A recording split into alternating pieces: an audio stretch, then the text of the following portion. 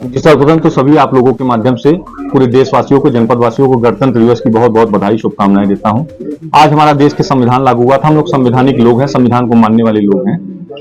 और रही बात ये प्रेस वार्ता बुलाने के लिए, आप सबको बुलाने के लिए, तो कल सोशल मीडिया के माध्यम से ये जानकारी हुई कि जो इस पूरे मिर्जापुर में पिछले 4-6 दिन से प्रकरण चल रहा था, इसमें जो पुलिस द्वारा मुख्य आरोपी बताया जा रहा है इमरान खान, दिल्ली से गिरफ्तार होकर जब मिर्जापुर आया और कल माननीय दिन भर मिर्जापुर रहने के बाद जब माननीय न्यायालय द्वारा उसको जेल भेजा जा रहा था, तो जाते जाते उसने एक बयान दिया कि उसको राजनीतिक रंजिश फंसाया जा रहा है। और लोगों ने पूछा कि कौन फंसा रहा है, तो उसने एक नाम लिया, सतीश मिश्रा सपा नेता। तो सतीश मिश्रा सपा नेता मैं ही हूं। तो कल वो जब बयान सुना मैं, तो मुझे बड़ा आश्चर्य हुआ कि इमरान खान, मैं आप लोगों के माध्यम से पूछना चाहता हूं, आप लोग भी जानते हैं कि इमरान खान कौन सी ऐसी राजनीति कर रहे थे कि उनसे कोई राजनीतिक रंजिश निकालेगा। और मैं एक राजनीतिक व्यक्ति हूं, इमरान कभी राजनीति में रहे नहीं है, तो मेरा उनका कोई राजनीतिक रंजिश नहीं था। दूसरी बात, इमरान खान ने जो नाम लिया है, तो नाम एक साजिश के तहत लिया है। किस तरीके से इमरान खान तो जा ही रहे थे, उन्हीं के साथ साथ मेरी भी राजनीतिक हत्या हो जाए, इस तरीके से कुछ लोगों ने साजिश के तहत मेरा नाम बुलवाया है। कल इमरान खान का बयान आया, परसों उनकी पत्नी का भी बयान आया था। उनकी पत्नी का बयान आप अगर गौर करेंगे, इमरान खान जब दुबई जा रहे थे, भाग रहे थे दुबई के लिए, तो जब उनकी गिरफ्तारी हुई तो उनकी पत्नी का तुरंत बयान आ जाता है। आप देखिए कि वो दुख व्यक्त कर रही थी और न्याय की गुहार लगा रही थी, लेकिन न्याय की गुहार लगाने में भी कितना दिमाग लगाया गया कि पीछे पूरा पर्दा वगैरह कि किसके शरण में है, किसके घर में है, किसके मकान में है, किस जिले में है, ये सारी चीज छुपाते हुए इमरान खान की पत्नी ने कहा कि हर वर्ष की भांति इस वर्ष वो अपने पति के साथ दुबई अपनी शादी की सालगिरह मनाने जा रही थी।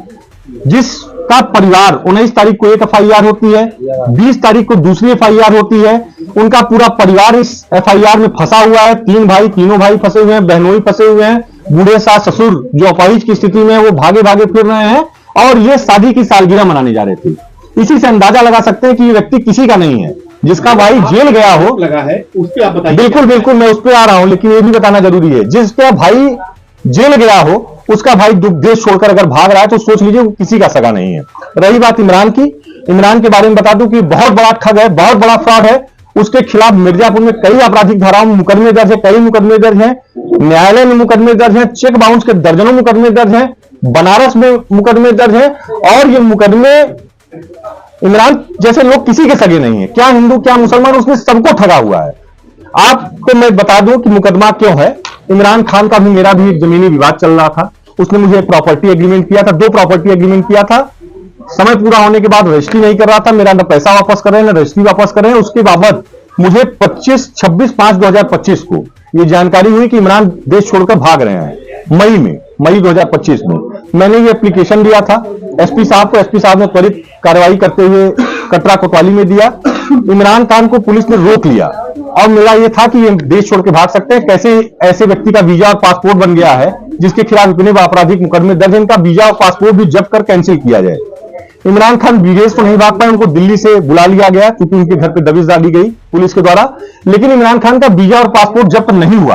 अगर उसी समय इमरान खान का वीजा और पासपोर्ट जब्त कर लिया जाता तो आज ये नौबत ना आती। फिर जब 26 को मैंने ये एप्लीकेशन दिया तो 28 तारीख को बौखलाहट में इमरान ने नरगल आरोप लगाते हुए मेरे खिलाफ एप्लीकेशन दिया। मुख्यमंत्री पोर्टल पर एप्लीकेशन दिया, डीआईजी के यहाँ तमाम माध्यमों से एप्लीकेशन दिया। जांच के लिए मुझे बुलाया गया, मैं 2 घंटे के अंदर शहर कोतवाली पहुंच गया था, सारे डॉक्यूमेंट सारे साक्ष्य लेकर। इमरान खान को मेरे सामने फोन किया गया तो इमरान खान ने कहा कि 4 दिन बाद 5 दिन बाद ईद है, मुझे मौका दिया जब मैं ईद के बाद आऊंगा। ईद के बाद जब हुआ फिर फोन किया गया तो इमरान खान ने कहा कि मैं बेटे को लेकर मेदांता में हूं, मैं बाद में आऊंगा।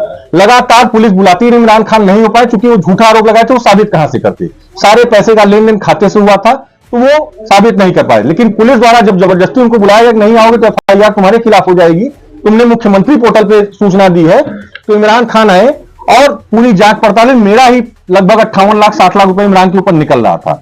फिर आप ये देखिए कि उसके बाद मैं जब समझ गया कि ये बहुत बड़ा फ्रॉड है, मैंने इसके खिलाफ सारे साक्ष्य इकट्ठा किए और ये एप्लीकेशन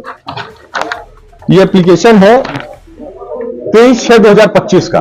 23/6/2025 का अगर आप मेरे एप्लीकेशन को आप गौर से पढ़ेंगे तो मैंने आज जो सारे चीज मिर्जापुर में हो रहा है उसकी सारी शिकायत लिखित में किया था और उसकी जांच सीओ सिटी महोदय को मिली थी।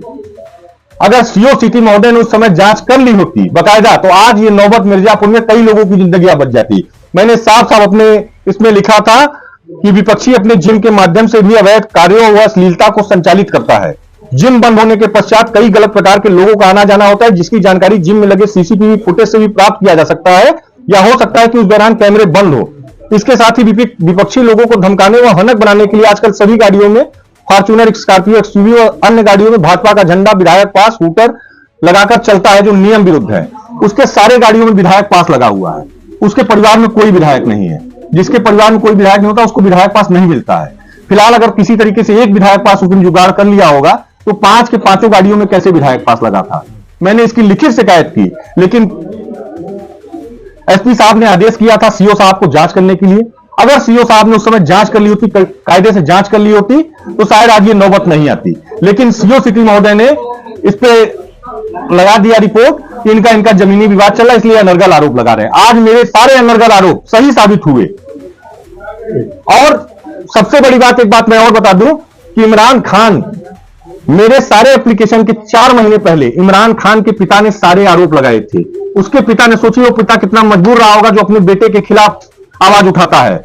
उसके पिता ने डायल 100 पर पुलिस को बुलाया था, और आप सब जानते हैं पुलिस जब आती है तो मोबाइल के द्वारा पूरा वीडियो कवरेज करती है। उनके पिता ने ऑन कैमरा कहा था कि मेरा बेटा मिर्जापुर से लेकर दुबई तक के माफियाओं से संबंधित है और ये सारे गलत कार्यों में लिप्त है। इसकी जांच की जाए, इसकी अवैध संपत्तियां हैं, इसकी जांच की जाए। उन्होंने साफ साफ कहा था कि मैं भले नमक रोटी खा लूंगा, मैं फिर से किराए के मकान में रह लूंगा, लेकिन इसके अवैध मकान में मैं नहीं रहना चाहता हूं, मुझसे इससे मुक्ति दिलाई जाए। इसने मेरा पैसा हड़पा हुआ है। जब इमरान खान के पिता रिटायर हुए तो सारा पैसा उनका इमरान खान ने हड़प लिया है। इमरान खान ने अपने बहनोई के साथ गलत किया। उसने अपनी बहनोई की प्रॉपर्टी बिचवा ली, उनका पैसा हड़प लिया, उनको जिम में ट्रेनर बना दिया। तो इमरान खान जैसे व्यक्ति जो अपने बहनोई का नहीं हुआ, अपने पिता का नहीं हुआ, अपने समाज के लोगों का नहीं हुआ, वो इस देश का क्या होगा।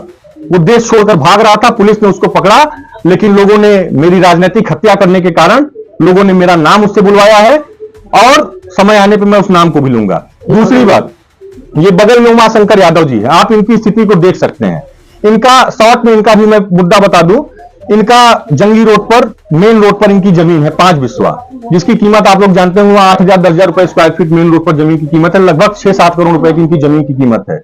इनके पुश्तैनी जमीन पर पता नहीं किस तरीके से उसने किसी अन्य का नाम चढ़वा दिया, इनको ब्लैकमेल किया कि अगर आप अपनी जमीन नहीं बेचोगे तो मैं दूसरे से जिसका नाम बोल रहा हूं उससे लिखवा लूंगा। ये गरीब व्यक्ति थे, इनको लगा कि जब मेरा नाम नहीं बोल रहा है, ये तैयार हो गए बेचने के लिए। 1 करोड़ 90 लाख रुपए में नोटोरियल लिखा पड़ी हुई है, पूरा सबूत है मेरे पास। 1 करोड़ 90 लाख रुपए में नोटोरियल लिखा पड़ी हुई, और 35 लाख रुपए एडवांस के तौर पर चेक दिया गया। 1 करोड़ 40 लाख रुपए का पॉजिटिव चेक दिया गया कि जब जमीन बिकेगी तब दूंगा। 35 लाख रुपए का इन्होंने चेक लगाया, 4 बार लगातार बाउंस कर गया। और उसी बीच इमरान ने इनको रजिस्ट्री ऑफिस बुला के कहा कि नहीं, रजिस्टर्ड एग्रीमेंट करना होगा, नोटोरियल एग्रीमेंट की कोई वैल्यू नहीं, रजिस्टर्ड एग्रीमेंट करना होगा।